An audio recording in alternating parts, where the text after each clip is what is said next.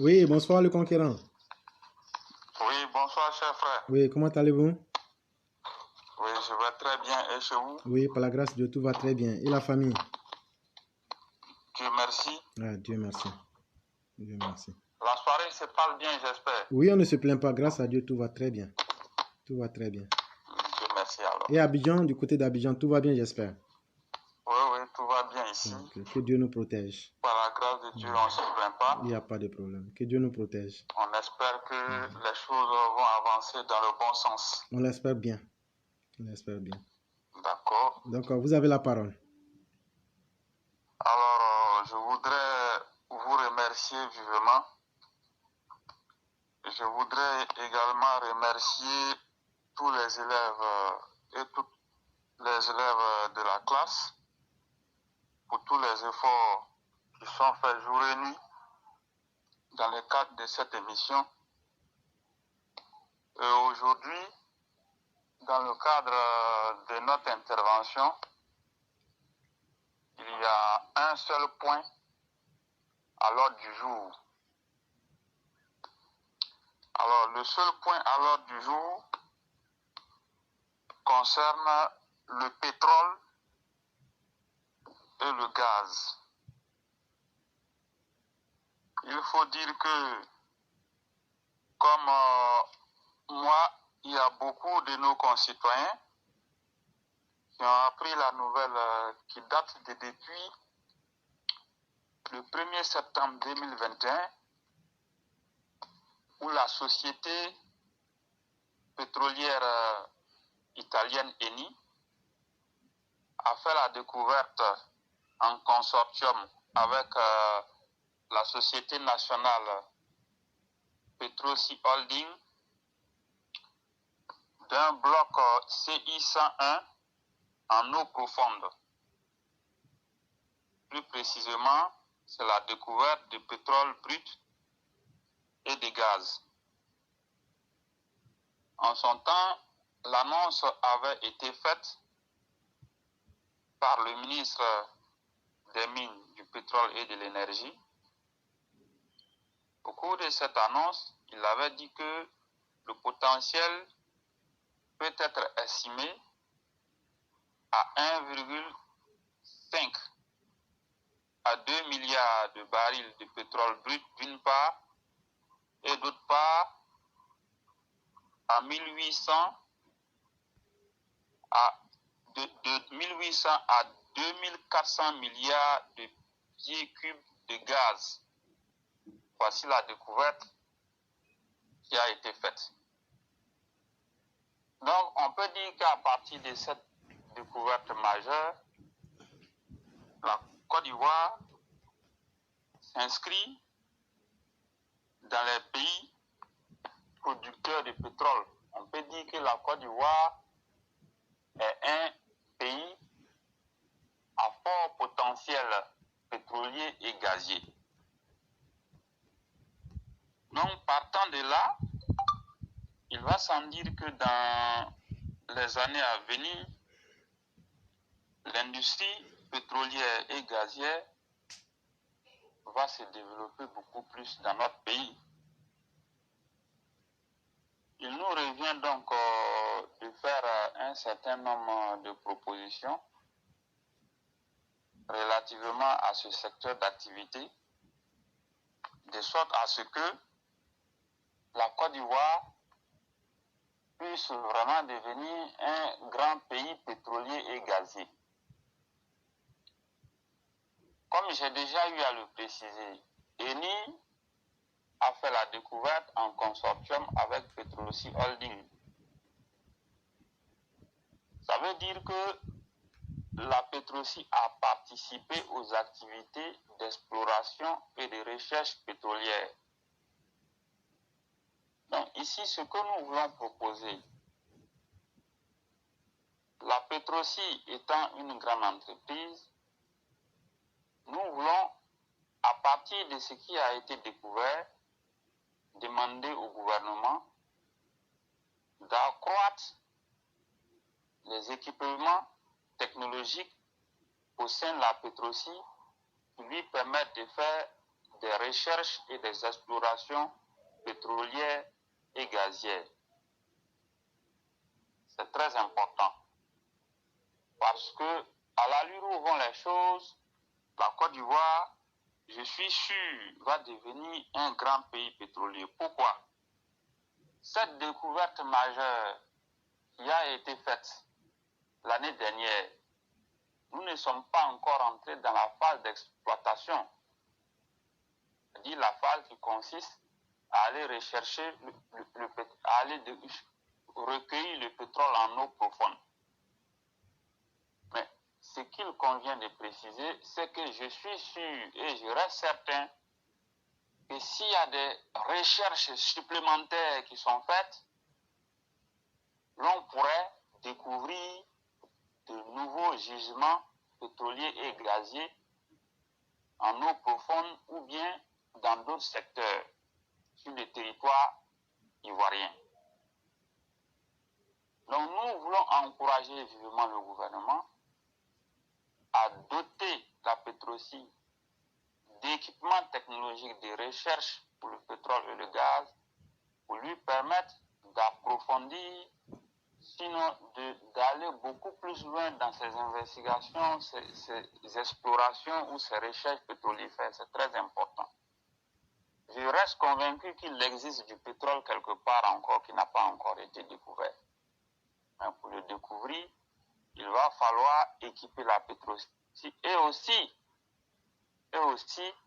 entretenir et améliorer les partenariats avec les groupes comme Eni ou bien d'autres groupes pétroliers qui sont déjà partenaires aux sociétés ivoiriennes. C'est très important parce que rien ne peut se faire sans le partenariat. Il est important de renforcer le partenariat avec les groupes pétroliers comme Eni et d'autres groupes pétroliers qui existent déjà sur le territoire ivoirien dans le cadre de l'exploration et la recherche pétrolifère. C'est très important. Un second aspect, je voudrais demander ici au gouvernement de mettre un accent particulier sur la formation dans le domaine du pétrole, du gaz et aussi des mines. C'est très important. Nos écoles qui forment sur le plan national dans le domaine du pétrole et du gaz, nous voulons que ces écoles-là soient beaucoup plus équipées et que la formation soit améliorée dans ce sens-là. Parce que je vous le dis, dans les années à venir, il y a quelque chose de très grand qui arrive. Donc, il va falloir former les ressources humaines dans le domaine du pétrole, du gaz et même des mines. C'est très important. Les découvertes qui ont été opérées, il va falloir à un moment donné qu'il y ait des compétences au plan local pour pouvoir travailler sur tous ces gisements-là et sur toutes ces plateformes pétrolières. C'est très important. Donc, nous demandons au gouvernement, en ce qui concerne la formation, de renforcer la formation dans le domaine du pétrole et du gaz. Nous demandons également aux jeunes qui s'intéressent à cette filière-là de se former correctement, c'est très important. De s'intéresser à cette filière, les mines, le gaz et le pétrole, c'est très important de se former. Tous ceux et toutes celles qui ont eu des bourses d'études, nous sommes informés que beaucoup ont eu des bourses d'études dans les secteurs du pétrole, des mines et du gaz pour aller se former à l'étranger. Nous demandons à tous les jeunes qui ont bénéficié de ces bourses d'études-là, après vos formations, revenez au pays pour servir la Côte d'Ivoire. C'est très important. Parce que le secteur du pétrole et du gaz, il est en expansion. Et je pense que c'est tout à fait normal que les Ivoiriens s'intéressent à ce secteur-là, se forment correctement pour que le pays bénéficie de toutes ces ressources naturelles-là qui sont en train d'être découvertes sur le territoire national. C'est très important. Nous voulons également, enfin, demandé au gouvernement ivoirien de lancer des études en ce qui concerne la construction d'une deuxième raffinerie. Il y a la société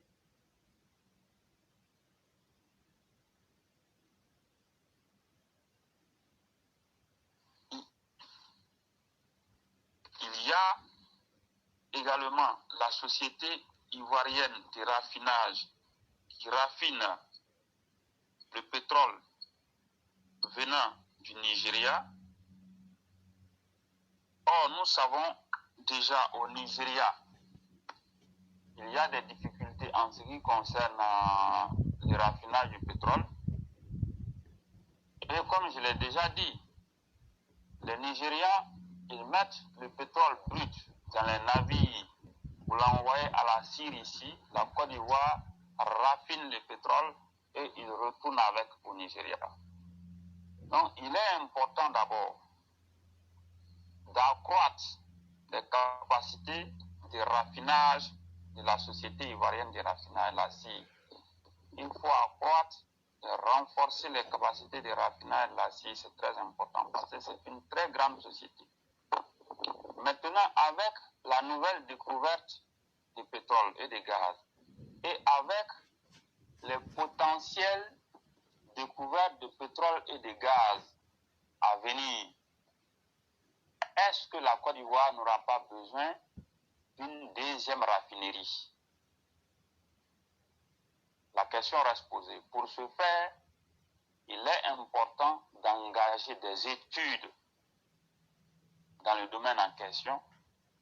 Et ce sont les études qui permettront de situer l'opinion quant à la question de savoir est-ce qu'il faut une deuxième raffinerie dans les années à venir ou bien s'il faut simplement s'en tenir à accroître les capacités de raffinage de la CIR.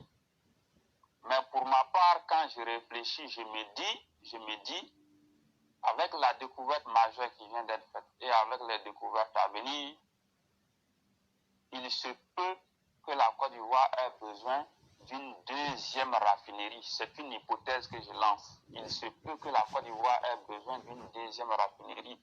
Donc, il va falloir lancer les études dans ce sens-là. Ce sont les études qui permettront de savoir si nous avons effectivement besoin d'une deuxième raffinerie ou pas. Les études vont nous situer et les besoins sont croissants.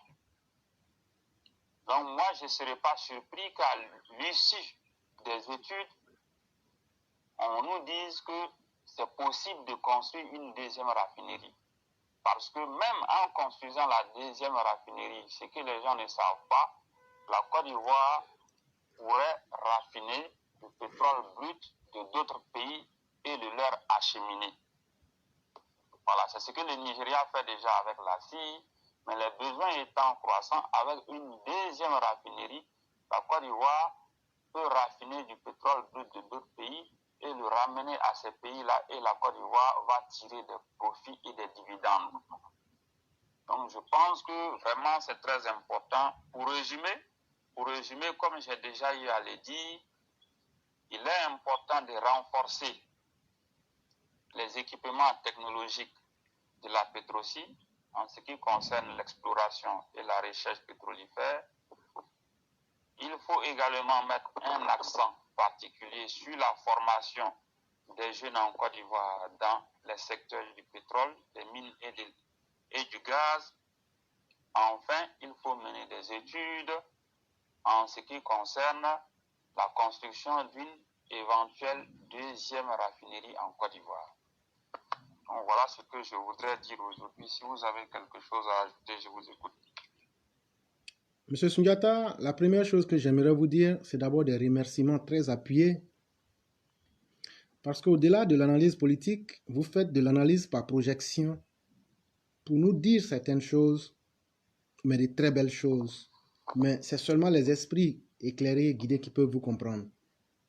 Mais déjà, à travers ce que vous dites déjà, si la Côte d'Ivoire arrivait à se donner les moyens d'avoir une deuxième raffinerie, ça nous donne des lendemains meilleurs. en me basant, moi je ne le savais pas, Effectivement. moi je ne savais pas que le Nigeria venait faire raffiner son pétrole en Côte d'Ivoire. Quand Je vous j'imagine, confirme.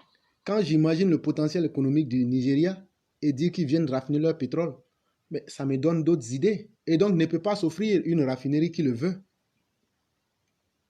Et donc ça veut dire que le Mali aussi qui a un potentiel en pétrole, pour ceux qui ne le savent pas, je vous le dis, ainsi que d'autres pays à l'avenir en Afrique de l'Ouest, on peut devenir un pays qui va raffiner le pétrole ouest africain dans le golfe du Guinée. Et comme on Effectivement. le dit, à travers ce que vous venez de dire, ça nous donne la capacité de rêver positivement et de trouver des lendemains meilleurs en face de nous. Et ça, nous te remercions infiniment pour ce beau travail qui est fait. Et en même temps, j'aimerais profiter pour dire merci au président de la République. Parce que voyez-vous, actuellement où je vous parle, la guerre en Ukraine est en train de montrer ses conséquences partout dans le monde pratiquement. Et ceux qui connaissent le prix du litre du carburant en Côte d'Ivoire, il n'a augmenté que de 20 francs. Par contre, si vous prenez un pays comme le Mali, le prix du carburant, selon maliweb.org, le prix du carburant va passer, l'essence va passer à 762 francs et le gazole va passer à 760 francs à cause de la guerre en Ukraine. C'est la décision, cette décision est applicable à partir de minuit selon maliweb.org. Et donc, vous voyez déjà, comparer le prix des carburants en Côte d'Ivoire avec le prix des carburants dans d'autres régions, vous ferez vite de comprendre donc que les autorités ivoiriennes font vraiment beaucoup d'efforts. Mais les belles choses ne s'arrêtent pas là. Les belles choses ne s'arrêtent pas là. Je cherche un document que je vais lire, c'est très important pour nos auditeurs. C'est un document de Africa Intelligence. Et, chers frères, ce document finit par nous convaincre que Alassane Ouattara, c'est un grand économiste, c'est un grand libéral, mais il a démontré qu'il est plus socialiste même que Laurent Gbagbo, qui semble continuer à faire dans le dilatoire. Et je vais vous lire ce document de Africa Intelligence. Et écoutez très bien. On nous dit essence, blé, huile. Ouattara pris en contre-pied de la guerre en Ukraine. Et voici comment le document se déploie. Si la dépendance de la Côte d'Ivoire aux économies russes et ukrainiennes est minime, le pays ressent de plus en plus l'impact de la guerre en Ukraine, mettant le président Alassane Ouattara dans une situation délicate. Premier secteur impacté, l'essence. On nous dit que normalement, là, le problème de l'essence, on est impacté. C'est ce que le document nous dit, mais suivez la suite. Oui. Malgré la hausse du coût du pétrole antérieure à la crise ukraino-russo, ça veut dire malgré le fait que le coût du pétrole avait augmenté avant la guerre que vous voyez actuellement là, Alassane Ouattara a décidé pour le moment de ne pas toucher au prix du gasoil. En revanche, le chef de l'État a été contraint d'augmenter de 20 francs CFA, c'est-à-dire 0,03 € le litre du super. Chers frères, disons merci au président de la République. Et Merci ça, beaucoup, vraiment. je vois en l'homme, il est en train de manipuler deux systèmes économiques à la fois et il le réussit bien. Mais il ne s'arrête pas là. On dit, outre les produits pétroliers, la présidence fait également face à une fronde des syndicats de boulangers qui réclament une hausse du tarif de la baguette. Un scénario que refuse jusqu'à maintenant le gouvernement qui tente ces derniers jours de retrouver des substituts du blé. Ça veut dire, si on regarde aujourd'hui l'Ukraine là, je peux dire qu'il y a une forte quantité du blé du monde qui venait de l'Ukraine. C'est un grenier du monde. Eux, ils sont en guerre là. Comment ils vont faire pour cultiver? Le pain là, ça va être blé en fait. Mais le président Ouattara dit, le prix du pain là n'augmente pas. Les gens disent, si on n'augmente pas, c'est pas bon. Le président dit, je vais enlever l'argent dans ma poche, mais n'augmentez pas. Parce que quand on lit ces documents, il faut expliquer pour que nos parents puissent expliquer et comprendre. Et on continue. Et donc, voilà ce que le document nous dit. Au risque d'aller à l'encontre des convictions libérales d'Alassane Ouattara, l'État devrait élargir le panel des produits à prix plafonné. Ce dernier a déjà été étendu, passant de 8 à 21. Il inclut désormais l'huile et la viande. Et donc, je vais m'arrêter là. Et non, je peux continuer pour finir. L'impact de la guerre en Ukraine devait aussi faire se sentir sur les prévisions de croissance de l'État pour l'exercice 2022 de 6%. Le ministère de l'économie, dirigé par Adama Coulibaly, planche ainsi sur une nouvelle prévision à la baisse. La situation en Europe de l'Est vient s'ajouter aux conséquences de l'épidémie du Covid-19 qui a déjà largement affecté l'économie ivoirienne depuis mars 2022. Et donc la source, c'est Africa Intelligence, et ils ont dit que la production et la diffusion est interdite, donc je ne veux pas poster ça. Et donc, normalement, pour ceux qui suivent les indicateurs économiques, la croissance de la Côte d'Ivoire devrait se situer en 7, quelque chose, voire 8%. Mais vous voyez, selon les projections, on sera obligé de voir à la baisse. Ça veut dire quoi? Là où l'argent devrait partir normalement, là, ça ne va plus partir là-bas. Mais on va prendre ça pour contrecarrer le coût de la guerre en Ukraine et la rareté des produits. À cause de ça, là, on va toujours continuer le développement. Mais à cause de l'argent que le président va prendre là, pour ne pas que les prix des denrées augmentent, on va connaître une forte diminution du taux de croissance. Maintenant, les 1, et quelques, les 2% là, chers parents, vous savez c'est combien de milliards? Ça veut dire aujourd'hui, nous tous on est assis là. Si on continue à Abidjan de payer le pain à 150 là, ça veut dire c'est grâce à Alassane Ouattara. Sinon, le vrai prix du pain aujourd'hui, ça devait être 350. Mais le gouvernement, c'est-à-dire si tu vas payer le prix à 150 là, le matin là, sur chaque baguette de pain là, il faut considérer que le gouvernement a pris 200 francs dedans. Et ça là, ayons le courage de dire merci au président de la République. Dire qu'il a été économiste, ça n'a pas été quelque chose de vain. Il a été économiste et vraiment on voit ça aujourd'hui. Imaginez-vous si c'était les Vauriens qui étaient au pouvoir. Ils allaient dire, ah, comme il y a la guerre là, on ne produit pas le blé, donc on ne peut rien faire. Mais regardez l'intelligence, voilà, regardez l'intelligence économique de l'homme. Et ça, moi, je tenais à dire que le président est un chef. Et nous ne regrettons pas de l'avoir suivi. Et c'est lui que nous respectons. Et c'est avec lui que nous allons faire chemin jusqu'au bout. Tant que le chef est parmi nous, nous on s'en fout des autres. Et personne ne sera ce qu'il veut tant qu'Alassane Ouattara est avec nous. Ce que le chef dira, c'est ce qu'on va faire. Si Alassane veut même 5e mandat, là, nous on va lui donner. Même s'il veut là, légalement, comme par la force, on va l'imposer à la Côte d'Ivoire. Ça, c'est un message pour les opposants. Ça, c'est un message pour nos opposants. Si Alassane Ouattara, ce n'est pas encore le 2e mandat. Hein. Si vous voulez même là, dites même 3e mandat illégal.